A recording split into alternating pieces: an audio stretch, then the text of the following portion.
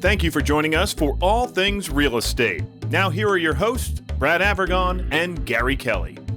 Hi, this is Gary Kelley. Welcome to All Things Real Estate. I am with Lamakia Realty, as it says on my shirt, and I am joined by the illustrious Brad Avergon with Fairway Independent Mortgage. And it doesn't really say that on my shirt, but I'll put a little tag on there for you. Oh, that's very nice, Brad. A little tag. I like that.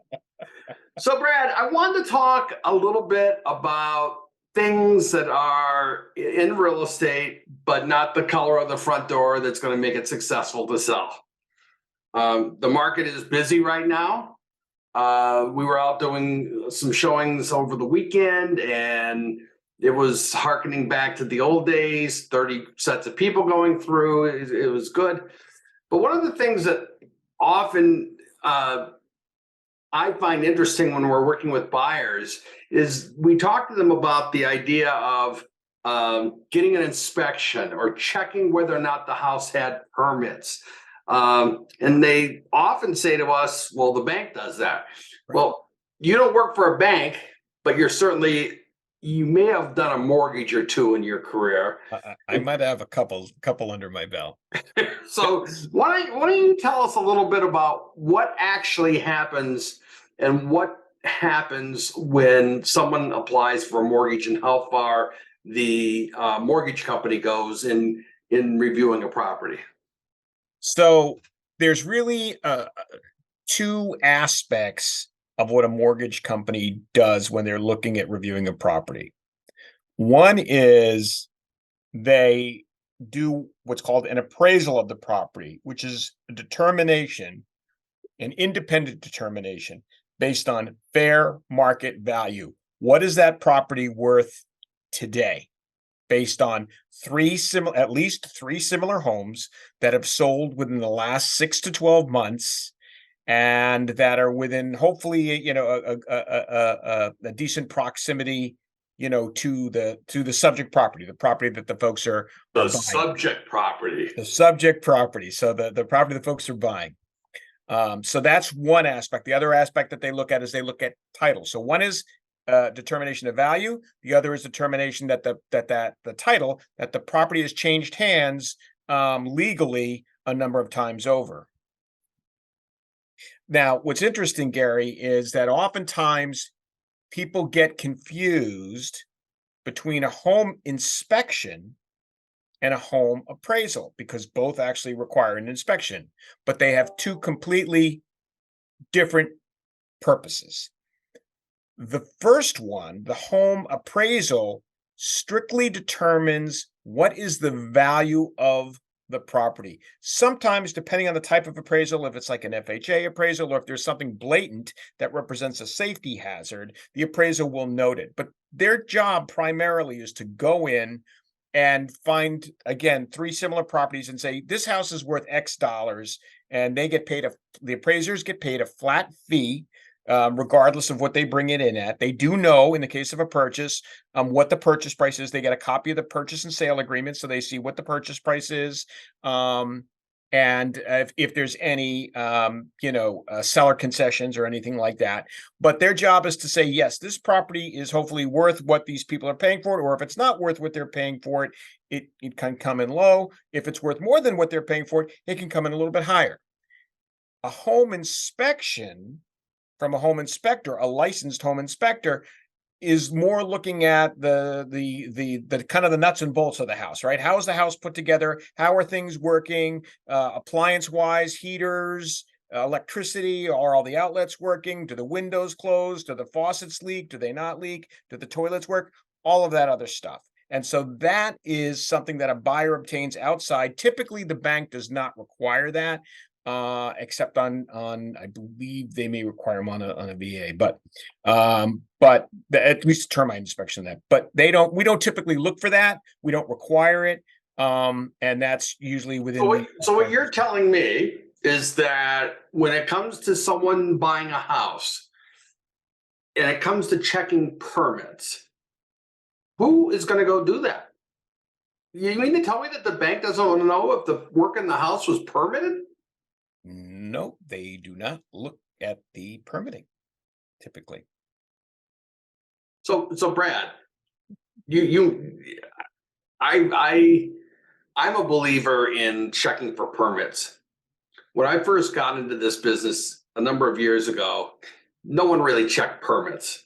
Okay, some people did. I got into the habit when I'm listing a house or selling a house, or help representing a buyer. I check for permits. I check to see if everything was done according to what's on the permit. Now, I'm not checking the permit itself. I'm just checking, was there a permit? So if you walk into a house that was a cape and you see this huge garage off to the side, was that built with permits? And permits, in my mind, there's a building department that comes out, there's an inspector, checks things and all that. Nowadays, I think that that's the bare minimum that you as a real estate agent need to do. You need to check that stuff. And if the real estate agent's not going to do it, then the buyer, or frankly, the seller needs to. We've had a number of instances come up where sellers didn't know that work wasn't done. I had one recently where the roof had been replaced at one point and the permit had not been closed. Now, the town doesn't come out and hop up on the roof and wander around and all that, but they can sit on the ground or stand on the ground. And some of them will actually take binoculars and look at it, and see whether or not the workmanship appears to be appropriate. What's your experience with that? I think it's really important that when you know that a permit is required, that you follow through with them. So if a permit was pulled, for example, that you're using the roofing, you want to make sure that permit was closed, because trying to chase a contractor after the fact, after they've been paid, to close a permit out is not an easy thing. And a lot of things that a lot of folks don't realize is that codes change. So while the work, let's say there's an open permit for work, so the work was done, they pulled a permit, the work was done to code at that point. But if that permit is still open years down the road and the inspector comes in because it's now recognized that permit is open, that people are going to sell their home, and it doesn't meet code at that point, that can represent a problem. Yeah, we've got a house similar to that now where in doing our due diligence before actually going to meet with the people, we actually pulled any open permits. And some of them, in reviewing it with the town, again, interestingly, before even meeting with the seller, this is all public information. You just need to go ask for it or look it up online. There were permits opened, and in some cases, there were windows that had been replaced. Big name company. Everyone knows who the company is. Did I say Anderson? Not in. And the permits were not closed. And in talking to the town building department, they said, yeah, those will never get closed because the building, the code requirements for glass and R value, et cetera, has changed, and it's never going to meet that. You just need to let people know, disclose that is work that was done that was not permitted. Because again, as you point out, it's based on a point in time. Right. So again, that's the misconception I think that's out there. In fact, in the current owner's mind, it was permitted, right? They knew it was permitted, but because it wasn't closed and standards have changed, it's now in the example you're using, that's an open permit that'll never be closed. And so I think it starts to create friction right off the bat that you don't want to have. So there's a town that's between Westboro and Worcester that will remain nameless. And when people do a lot of basement renovations, and everything's looking good and all closed up and stuff, and the building department will say, well, we didn't pull a permit. You guys need to literally open up the walls for that so that we can look at the wiring that was done and make sure it was all done to code. And you want to deflate a seller's enthusiasm, tell them that the walls need to be opened up so that they can check something like that out.